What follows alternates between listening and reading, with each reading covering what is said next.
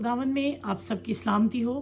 आज हम देखेंगे कि नूह नबी की कश्ती का दरवाज़ा सिर्फ एक ही था और खुदा ने नूह को हुक्म दिया कि तू और तेरा घराना और तमाम जंगली जानवरों, परिंदों, छुपाओं, कीड़े मकोड़ों में से दो दो करके कश्ती में दाखिल हों। तो मेरे अजीज़ों, कश्ती का दरवाज़ा जबकि एक ही था, हालांकि कश्ती बहुत बड़ी थी तो उसके और भी दरवाजे हो सकते थे ताकि थोड़े टाइम में सब गुजर सकें, लेकिन एक ही दरवाज़ा क्यों रखा गया?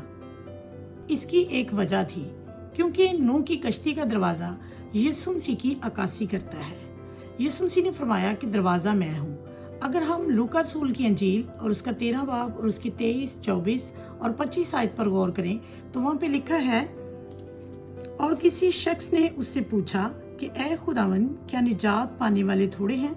उसने उनसे कहा, जांफशानी करो कि तंग दरवाजा से दाखिल हो, क्योंकि मैं तुमसे कहता हूँ कि बतेरे दाखिल होने की कोशिश करेंगे और ना हो सकेंगे।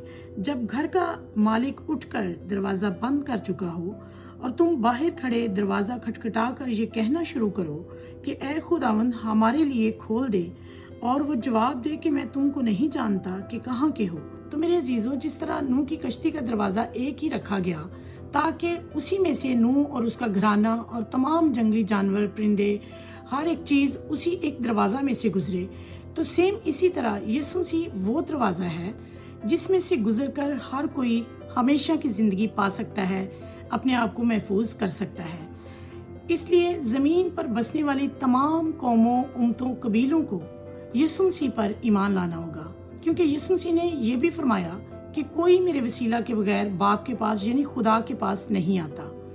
तो मेरे अजीजों, जो कोई भी बचना चाहता है या निजात को हासिल करना चाहता है तो उसे यीशु मसीह पर ही ईमान लाना होगा, वरना नूह के दौर के लोगों की तरह हमें हलाक होना पड़ेगा, जिन्होंने नूह की मुनादी करने पर भी अपने गुनाहों से तौबा ना की।